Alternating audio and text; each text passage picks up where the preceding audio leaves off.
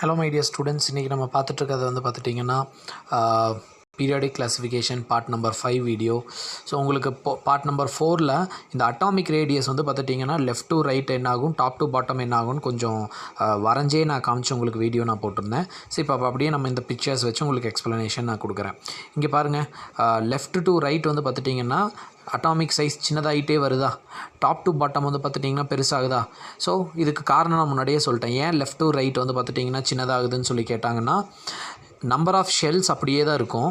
Valence electron ஒன்றுன்னா increase ஆகும். Valence electron வந்து பார்த்துட்டிங்கன்னா லித்தியமுக்கு 1 இருக்கும், பெர்லியமுக்கு 2 இருக்கும், போரானுக்கு 3 இருக்கும், இப்படியே அதிகமாகிட்டு போகும். ஸோ வேலன்ஸ் எலக்ட்ரான் என்ன தான் அதிகமானாலும் நம்பர் ஆஃப் ஷெல்ஸ் வந்து பார்த்துட்டிங்கன்னா மாறவே மாறாது.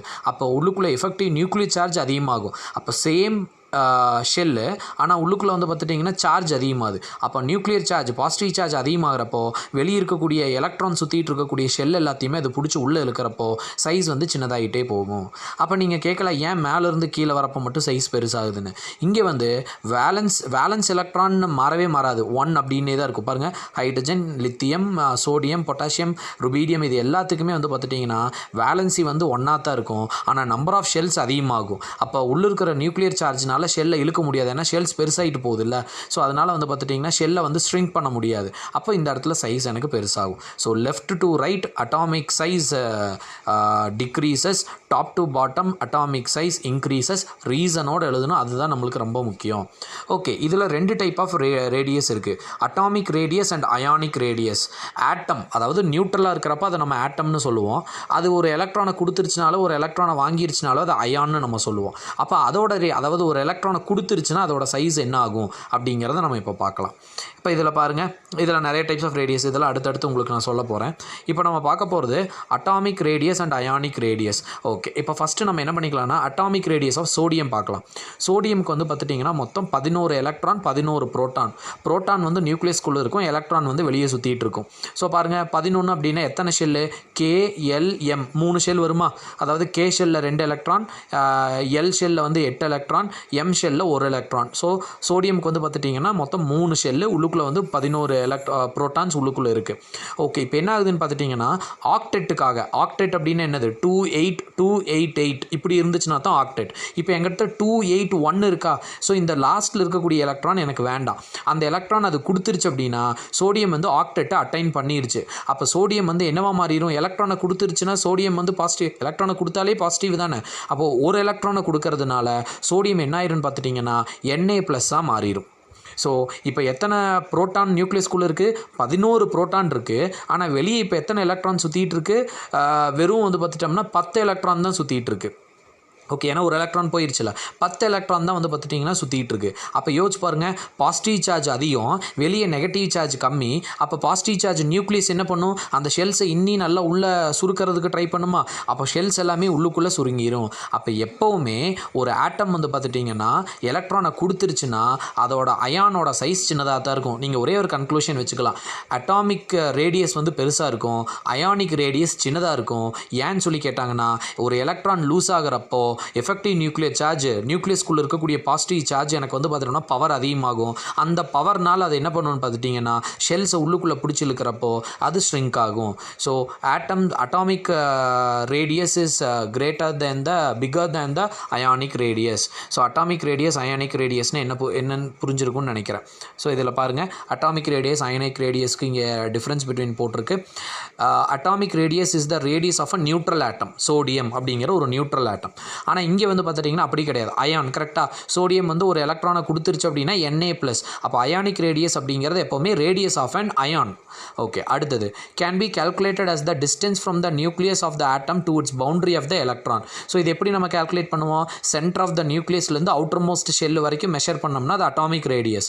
அயானிக் ரேடியஸும் வந்து பார்த்துட்டிங்கன்னா அதே தான். பட் என்னென்னு பார்த்துட்டிங்கன்னா அதை ஒரு எலக்ட்ரானை கொடுத்ததுக்கப்புறம் அதுக்கு முன்னாடி இருக்கிற ஷெல் இருக்குல்ல, இப்போ KLM, எம்எல் இருக்கிற ஒரு எலக்ட்ரானை தான் கொடுத்துருச்சே சோடியம், அப்போ அதுக்கிட்ட என்ன ஷெல் இருக்கும், KL மட்டும்தான் இருக்கும். ஸோ என்ன பண்ணுவோன்னா, can be calculated by dividing the distance between the two nucleus of two ions according to their size. So சென்டர்லேருந்து எலக்ட்ரானை லூஸ் பண்ண அவுட்டர் மோஸ்ட் ஷெல்லுன்னு நீங்கள் இதை எடுத்துக்கலாம். Neutral atom of the same element have same size as the atomic radius is equal to each other. So இப்போ என்னென்னா, இப்போ 2 sodium எடுத்துக்கலாம். ஒரு சோடியம் வந்து பார்த்துட்டோம்னா, இப்போ எக்ஸாம்பிள் உங்களுக்கு நான் சொல்கிறேன், 12 சென்டிமீட்டர். இப்போ சென்டிமீட்டரில் இருக்காதுப்பா, உங்களுக்கு புரியறதுக்காக சொல்கிறேன். நியூட்ரல் சோடியம் இருக்குன்னு வச்சுக்காங்க, அதோட சைஸ் வந்து 12 சென்டிமீட்டர்னு வச்சுக்கலாம். இன்னொரு நியூட்ரல் சோடியம் எடுத்தோன்னா எவ்வளோ இருக்கும், 12 சென்டிமீட்டரா. அப்போ ரெண்டோட ரேடியஸை நான் ப்ளஸ் பண்ணேன்னா, இப்போ அதோட ரேடியஸ் 6, இதோட ரேடியஸ் 6, மொத்தமாக 12ன்னு நான் சொன்னப்பா. அப்போ ஃபஸ்ட்டு சோடியம் போகிறது ஒரு 6 சென்டிமீட்டர், செகண்ட் சோடியம் போகிறது ஒரு 6 சென்டிமீட்டர். அப்போ இந்த 2 ரேடியஸை நான் ப்ளஸ் பண்ணேன்னா எனக்கு 12 கிடைக்குமா. அதான் சொல்லியிருக்காங்க, neutral atom of the same element have the same size, so the atomic radius is equal to each other. அப்போ இங்கே என்ன பண்ணுறாங்கன்னு பாருங்கள், இங்கே யாரோட சைஸ் சின்னதாக இருக்கும், கேட்டையானோட சைஸ் வந்து பார்த்துட்டிங்கன்னா, கேட்டையான்னா இந்த இடத்துல பாசிட்டிவ் சார்ஜா, so cation have a smaller atomic radius than anion. So இங்கே வந்து சைஸ் இன்னி சின்னதாக இருக்கும். Next, determined considering neutral gaseous atom of and chemical element. இங்கே வந்து பார்த்துட்டிங்கன்னா அப்படி கிடையாது, இது அயானிக் பாண்ட் ஃபார்ம் பண்ணுறது. இது அந்தளவுக்கு உங்களுக்கு உள்ளே போகலை, பட் இந்த டிஃப்ரென்ஸ் பிட்வீன் மட்டும் என்னென்னு பார்த்து வச்சுக்காங்க. பிகாஸ் ஏன்னா அடுத்ததில் நம்ம என்ன பார்க்க, இது வந்து atomic radius, ionic radius. So அடுத்து நம்ம பார்க்க போகிறது என்னென்னு பார்த்துட்டிங்கன்னா, அதில் இருக்கக்கூடிய சப்டிவிஷன்ஸ், அதாவது கோவலண்ட் ரேடியஸ், மெட்டாலிக் ரேடியஸ் அப்படிங்கிறது நம்ம பார்க்க போகிறோம். ஸோ அதெல்லாம் வந்து பார்த்துட்டிங்கன்னா கொஞ்சம் உங்களுக்கு ஈஸியாக தான் இருக்கும், ரொம்பலாம் கிடையாது. இதை வச்சு நான் சொல்கிறேன் பாருங்கள். மெட்டாலிக் ரேடியஸ் அப்படிங்கிறது என்னென்னா, ஒரு மெட்டல், நியூட்ரல் மெட்டல், இப்போ சோடியம்ங்கிறது மெட்டல் தானே. ஸோ அதனால் மெட்டல், ஒரு மெட்டல் ஆட்டமுக்கு, ஒரு மெட்டல் ஆட்டமுக்கு நடுவில் இருக்கக்கூடிய டிஸ்டன்ஸை 2 மெட்டல் ஆட்டம் எடுத்துக்காங்க, அதோட சென்ட்ரல் பாயிண்ட்லேருந்து இன்னொரு ஆட்டம், நியூட்ரல் ஆட்டமோட சென்ட்ரல் பாயிண்ட்டுக்கு வந்து பார்த்துட்டிங்கன்னா ஒரு லைனை ட்ரா பண்ணுங்கள். அப்போ அது ரெண்டுக்கும் நடுவில் இருக்கக்கூடியது தான் என்னன்னு சொல்கிறாங்கன்னா அட்டாமிக் மெட்டாலிக் ரேடியஸ். மெட்டாலிக் அதில் ரேடியஸ் வேணும் அப்படின்னா அந்த ஒரு ஹாஃப் மட்டும்தான் வந்து பார்த்துட்டிங்கன்னா, உங்களுக்கு டயக்ராம் பார்த்தாலே புரியும். 2 ரேடியஸ் நான் எடுத்துருக்கேன்ப்பா, அதில் ஒன்று மட்டும் வேணும் அப்படின்னா அதுதான் ரேடியஸ் ஆஃப் அண்ட் சோடியம் அப்படின்னு எடுத்துக்கலாம். அப்போ கோவேலண்ட் ரேடியஸ்னு என்ன, நான் மெட்டல்ஸில் டிஸ்டன்ஸ் போடுறது தான் கோவேலண்ட் ரேடியஸ். குளோரின்ங்கிறது ஒரு நான் மெட்டல் தானே. So gas, chlorine, fluorine, bromine, oxygen, nitrogen, இது எல்லாமே நான் மெட்டல் தானே. அப்போ அந்த நான் மெட்டலுக்கு நடுவில் 2 ஆட்டம் எடுத்துகிட்டு அந்த 2 ஆட்டமோட சென்டர் டு சென்டர் கனெக்ட் பண்ணனா it gives an atomic covalent radius. அந்த ஒரு ஹாஃப் வந்து கோவேலண்ட் ரேடியஸ். அடுத்து வந்து பார்த்துட்டிங்கன்னா அயானிக் ரேடியஸ்னு என்னன்னு சொல்லி கேட்பாங்க. 2 அயான், அதாவது சோடியம் Na+, ஒரு எலக்ட்ரானை கொடுத்ததுக்கப்புறம் சோடியம் இருக்குள்ள சின்னதாக, அதோடதும் அந்த எலக்ட்ரானை வாங்கி இருக்குள்ள ஒரு இது நான் மெட்டல். சோடியம் வந்து பார்த்தோம்னா மெட்டல்ப்பா, அது எலக்ட்ரானை கொடுக்கும். ஒரு நான் மெட்டல் அந்த சோடியம் கொடுத்த எலக்ட்ரான் அதை வாங்கிக்கிறோம். இங்கே யார் வாங்கியிருக்காங்கன்னா குளோரின். ஒரு எலக்ட்ரானை வாங்கினதுக்கப்புறம் ஷெல்ஸில் சார்ஜ் அதிகமாயிருமா, அப்போ நியூக்ளியஸில் சார்ஜ் கம்மியாக இருக்குமா.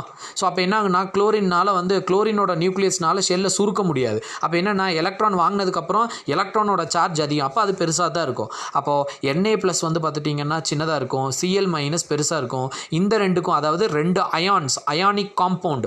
Na+ அப்படின்னா அயானிக் காம்பவுண்ட். எதெல்லாம் ப்ளஸ் மைனஸ்ன்னு பிரிக்க முடியுதோ அதெல்லாம் அயானிக் காம்பவுண்ட். ஸோ அயானிக் காம்பவுண்டுக்கு நடுவில் இருக்கக்கூடிய டிஸ்டன்ஸை தான் என்ன சொல்கிறாங்கன்னா அயானிக் ரேடியஸ். இதில் 2 ரேடியஸ் கலந்துருக்கு. அதாவது இந்த பக்கம் ரைட் சைடில் வந்து பார்த்துட்டிங்கன்னா ரேடியஸ் ஆஃப் குளோரின், இந்த பக்கம் வந்து பார்த்துட்டிங்கன்னா ரேடியஸ் ஆஃப் சோடியம். ஸோ இந்த ரெண்டுமே அயானிக் ரேடியஸ். இப்போ 3 புரிஞ்சா. மெட்டாலிக் ரேடியஸ்னால் 2 மெட்டல்ஸுக்கு நடுவில் இருக்கக்கூடிய டிஸ்டன்ஸை வந்து மெஷர் பண்ணுறது மெட்டாலிக் ரேடியஸ்.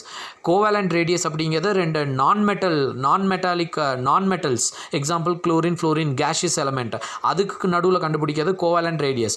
அயானிக் ரேடியஸ் அப்படிங்கிறது என்னென்னா, அதாவது மெட்டல்ஸும் நான் மெட்டலும் கலந்தது அயானிக் காம்பவுண்ட்.